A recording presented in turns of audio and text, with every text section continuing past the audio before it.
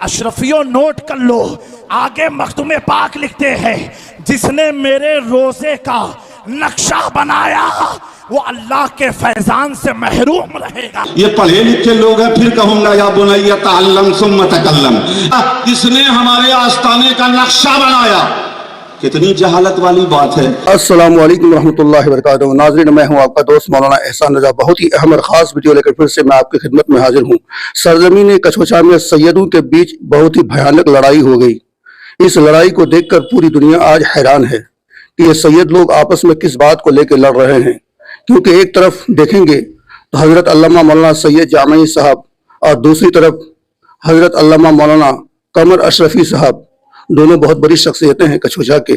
یہ دونوں آپس میں کس طرح سے لڑ رہے ہیں ایک بات کو لے کر کے، آخر اس کی حقیقت، اس کی وجہ کیا ہے، پہلے آپ انہی کی زبانی سن لیجئے، پھر بیچ بیچ میں آپ کو اس کا خلاصہ کرتے رہوں گا۔ تو چلیے دیکھتے ہیں کہ مولانا جامعی صاحب کیا کہہ رہے ہیں۔ آپ کسی نقلی آستانے پر نہیں کھڑے ہو، آپ اصلی آستانے پر کھڑے ہو۔ اور سنو، میرے مخدوم نے فرمایا ہے کہ میرے روزے پر جو آئے گا اللہ اس کی مرادیں پوری فرمائے گا۔ اور آگے لکھتے ہیں، اشرفیوں نوٹ کر لو، آگے مختوم پاک لکھتے ہیں جس نے میرے روزے کا نقشہ بنایا وہ اللہ کے فیضان سے محروم رہے گا۔ مولانا سید جامعی صاحب کے کہنے کا مطلب یہ ہے کہ مخدوم اشرف جہانگیر سمنانی کا جو اصلی روزہ ہے، اس روزے کے علاوہ کوئی نہ کوئی نقلی روزہ بنا کر کے وہاں لوگوں کو حاضری دلواتا ہے، فاتحہ دلواتا ہے۔ اور ان کے کہنے کا دوسرا مقصد یہ ہے کہ مخدوم اشرف جہانگیر سمنانی کے روزے کا نقشہ کوئی بھی بنا نہیں سکتا، یہ بنائے گا تو ناجائز و حرام ہوگا، وہ اللہ کے فیضان سے محروم رہے گا۔ حالانکہ اللہ کا فیضان نہیں ہوتا ہے، اللہ کا کرم ہوتا ہے، اللہ کی مہربانی ہوتی ہے۔ اس کا جواب مولانا قمر کیا دیتے ہیں؟ میں چاہوں گا، یہ ہے لطائف اشرفی کا بیان، اور بیان کیا کیا گیا ہے؟ اشرفیوں کو دھوکہ دینے کے لیے بیان یہ کیا کہ مخدوم پاک نے لکھا ہے، ایک بار نہیں بولے، تکرار کے ساتھ بولا گیا لکھا ہے۔ دکھا دو کہاں لکھا ہے۔ مخدوم پاک کا لطائف اشرفی میں بیان نقل ہوا ہے، لکھا نہیں گیا۔ اور کیا لکھا ہے؟ کہتے ہیں مخدوم پاک نے لکھا ہے کہ جس نے ہمارے روزے کا نقشہ بنایا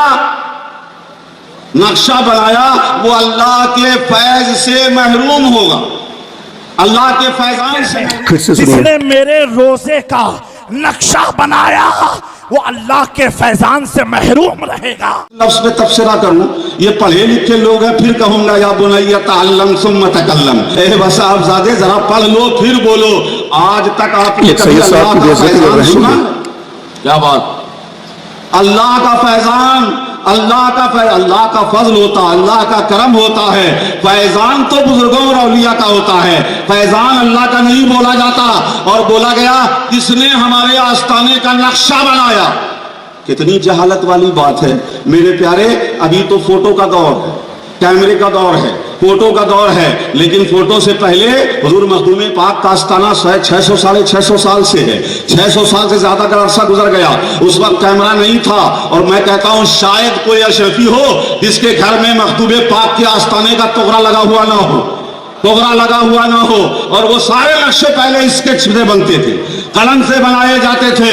تمہارے مریدین کے گھر میں بھی وہی نقشہ ہوگا۔ تم نے کیا جملہ کہہ دیا کہ جس نے نقشہ بنایا وہ اللہ کے فیضان سے محروم ہوگا۔ معاذ اللہ، سن لو، یہ جہالت کی بولی ہے، یہ جاہلانہ گفتگو ہے، بات سمجھی نہیں۔ اب میں اس پہ بات کروں تو بات بہت لمبی ہو جائے گی میرے پیارے۔ سب سے پہلے ایک بات ذہن میں رکھو، بولنے والا جس میدان کا ہوتا ہے اس کا مخاطب بھی اسی میدان کا ہوتا ہے۔